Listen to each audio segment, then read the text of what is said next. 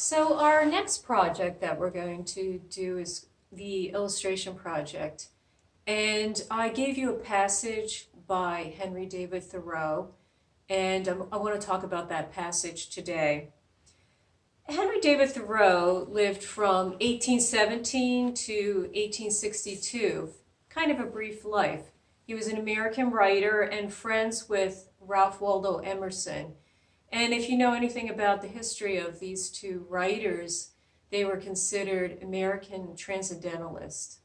So they had a special affinity with the American landscape. In 1845, Thoreau began a living experiment where he decided he wanted to separate himself from society and live alone for a while to write. So he rented a shack outside Concord, Massachusetts, and set about arranging his life on a place called Walden Pond. So he took this shack, he rebuilt it, he put a new roof on it, new floor, he built a chimney for the shack, and he lived there for almost 2.5 years. And from that special place that he created, he wrote some of his most famous works. And the passage that I've given you is called Walden, from Walden Pond, and it describes his experiences living along the pond, in the shack, in that environment. So in the passage that I've given you, Thoreau decides to clean house, do some pleasant housekeeping. So he pulls out all his furniture from this very small place where he lives, and he pulls it out into the clearing in the woods in front of the shack. And he cleans his floor and he lets it dry in the sun. And during that time, he's waiting for it to dry. He has a meditation. He looks out from the front step of his place and notices all his furniture laid out in the woods, in the clearing, and thinks about that environment. So he describes it as making a little pile like a gypsy's pack. He takes out a 3-legged table, piled high with books, his pen and his ink.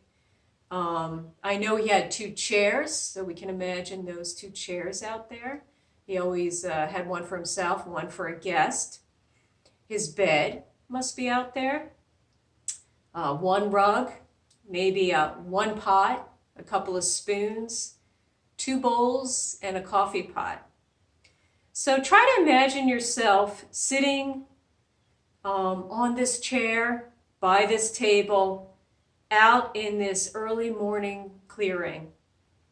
Or try to imagine laying in that bed in the woods, looking up at the sky, hearing the birds chirp and the bees and the insects buzzing. What kind of daydream meditation would you have in that place?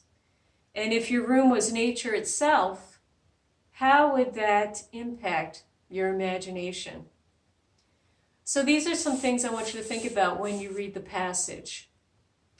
And our project is to illustrate this passage.